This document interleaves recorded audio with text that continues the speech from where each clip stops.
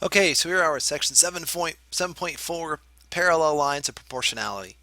Um, I think this section is probably one of the more difficult sections for theorems. We get the next section 7.5 has some weird theorems as well, but these are really ones where you have to kind of be able to match things up and kind of piece things together mentally, or just or on your paper, make some notes to yourself. So, with this section of notes is just going to be going over the theorems, just trying to figure out how to piece some stuff there, but mostly for your part, just do a lot of copying. And we'll go over a lot of problems in class together then. Sorry, scroll back here. So you've used proportions to solve problems before. Now we're going to use proportional parts within triangles and parallel lines. So here's theorem 7.5. Okay, so 7.5 is the triangle proportionality theorem. So it says if a line is parallel to one side of a triangle, okay, and intersects the other two sides. So you have, like this, for instance, base CD. We draw a line that goes through both sides and it's parallel to both sides of them. It divides those sides into proportional segments. Okay, so and here's what it's saying: AB over BC is the same thing as AE over ED. Okay, so you're going to copy this. So if you need to, pause me so you can go to copy it. Um, Here's a theorem of that. Okay, so or an example of that, I got a drawing here. I can move point B however I want to, but what happens is that it maintains that these two guys are parallel. And I've got up here AB over BC and AE over ED. And this will also be, it's also in the section of notes, so you can scroll down and either click a link out to it or it'll be embedded in there. It just depends how I can make the software work it out. And you can mess with this on your own. But no matter what I do, if I move point A around, okay, it shortens up these sides here. Okay, it changes those side lengths, it makes them longer or shorter. But it doesn't matter. AB over BC is always the same thing as AE over ED. And I can move this point around here. That changes the ratio. This is now smaller than this side, but this side's also smaller than this side, and they still have a ratio of 0.8. Okay, so that's what that theorem basically says. So just to see how well we kind of piece this together, here's a problem. I'm sorry, this is the converse. Sorry, we'll jump ahead. I kind of jumped ahead, didn't I? The converse says the same thing, but it works it backwards now. It says, hey, if AE over EB equals CD over DB, if those two guys are this to this is the same ratio as this to this, these two lines are parallel. So it basically works backwards. Hey, you've got this ratio. Okay, then the lines are parallel. Right. So here's a problem for you. Okay. You either put this in the corner of your notes or on a scratch piece of paper, doesn't matter. But basically, here's the deal. I've got this drawing here. I know these two sides are parallel. The question is, what's going to go on this box up here to make this a true proportion? So, on your paper, if you need to make a note to yourself, whatever it is, or just, put your finger on the screen, whatever. But in a second here, when I click this blue dot, the four answers are going to come up. Click the answer that you think is right, and then I'll walk you through it. Okay, so here we go. So again, before I give you the answer, mentally, what you need to do is kind of color things out, or mark things. I'm going to put AB this way and then put a dot over BC, over BD. Because this side over this side has to equal this side over this side. Now I'll change the color then. AC over CE.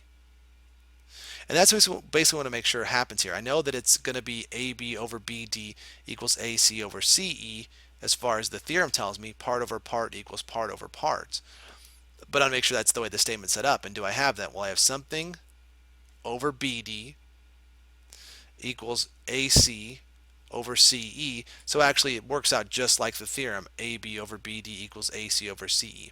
But they could have gotten fancy. They could have swapped AB and CE, and they could have done some other things. But yeah, it just was AB stripped. It's just the theorem. Okay. So hopefully that makes sense. Part over part of the one side, top part over bottom part equals top part over bottom part. All right, now the next thing for you to define is the midsegment of a triangle. So you have to write out the definition of a midsegment of a triangle. Well, the midsegment is a segment that has its endpoints as midpoints of two sides of a triangle. So you've got here sides HF and HG, and J and K are the midpoints because they told us this is congruent to this and this side's congruent to this, or this segment's congruent to this segment. So you know it's the midpoints. Now the midsegment has two properties. So here's the drawing. First of all, when you create a mid-segment, again, these are both congruent, so this is the midpoint. These are both congruent, so this is the midpoint. The mid-segment is parallel to the other base. Okay, so here's your mid-segment, connects midpoint to midpoint. It's parallel to this base. No matter what I do, those guys always stay parallel to each other. They don't cross, they don't turn, anything funny. It stays parallel. The other thing that happens, and it might not seem evident here because there's some rounding off that you can't see in the computer, but the mid-segment is also half the length of that side is parallel to. So if I move some points around here, 3.42, 6.85. And again, there's some round off error you can't see the computer's doing, but this segment is half the length of that segment. They're still parallel, but now it's half. 6.28 is half of 12.56. Okay, so that's the mid-segment theorem. The mid-segment of a triangle is parallel to one side of the triangle, and its length is one half the length of that side. So again, pause this if you need to copy down the notes for it. Okay, so here's the couple examples I'm going to have you try to answer. First of all, given the drawing, which segment is the mid-segment? So pause this real quick. But is AD a mid-segment of this triangle? Is FD a mid-segment? Is CE a mid-segment? Is CB a mid-segment? Okay. Okay, so hopefully you chose FD. I know it's not drawn in there. I was kind of cheating just to kind of see if you understood what was happening. AD is part of the side. FD connects this side to this side. That actually is, F's the midpoint of this side, D is the midpoint of this side. So yeah, it is FD. That's your mid-segment. CE doesn't work because it's part of a side, and CB is an entire side. So just trying to see if you kind of understood. Okay, that's going to be the side length. That's what it had to have been. Okay. All right. Next one then. Okay. Now we've gotten that established, that FD is a mid-segment. The question is, what's the length of segment AB? So given this drawing, is AB 9.2? Is it 15? Is it 18.4? Is it at 7.5? Okay, so AB, that's this side here. So I've got my mid-segment of my entire figure. Or I've got my, sorry, not my mid-segment, I've got a side of the entire figure. I need to know its mid-segment length. Well, the mid-segment that corresponds to it is FE. And FE is 9.2, which means not only is this guy 9.2, but actually the quick shortcut for this is 9.2, so is this guy here, so is this guy here. So if I kind of slide that off for a second, this is 9.2, this is also 9.2, this is also 9.2. So my base side has to be double the 9.2, meaning my answer has to be then 18.4. Okay. All right, the next two theorems are actually not even theorems, they're corollaries. They can be a little more complicated to use, but they work the same basic way. Hey, I've got a couple pairs of segments that are parallel, or sorry, a couple lines, and I've got not just two parallel lines through it, I've actually got a third parallel line. Now, if you were, kind of looking at this, imagine this extends forever. So basically what it is instead of you having one parallel line that goes through the triangle, you have two. And what ends up happening when that happens is it creates more proportional segments. This time AB over BC. So AB over BC equals EF over FG. So it's just like the kind of the first theorem of the section.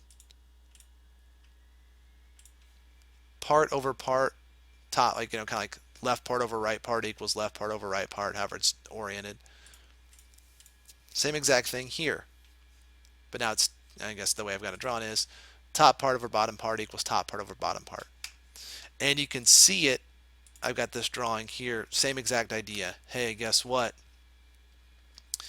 This is your kind of extending lines on forever. They'll meet somewhere off screen to make that triangle, but AB over BC AB over BC is 4.4 over 2.56 or 65, 1.66. Again, there's round off in there.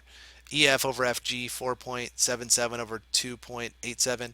That ends up being 1.66 as well. And if I move point B around, I can move any point here in the drawing really, but if I move point B around, you can see that these two ratios hold the same.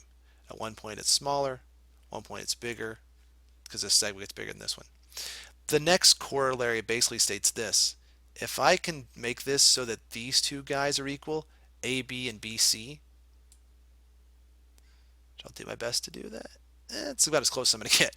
If I can make AB over BC the same, EF over FG is also the same. Okay. So if these two guys are perfectly congruent, AB and BC, that means EF and FG also have to be. And again, they're not perfect because there's some round off in the computer, but it really mathematically is perfect. So corollary, if you need to pause it to copy it or just want to copy it to every book, whatever, that's fine. Same thing here, corollary 7.2. Hey, if these two guys are congruent, that means these two also have to be congruent.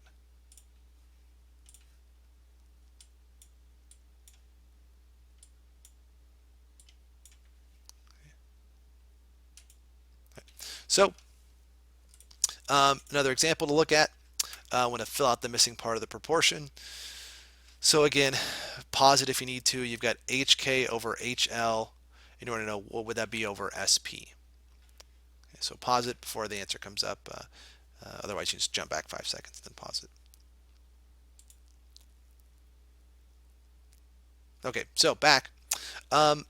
You know, I'm a kind of a guy that likes to color things, so I'm going to call this HK. Sorry, I need to erase that then. Let's do HK here. HK over,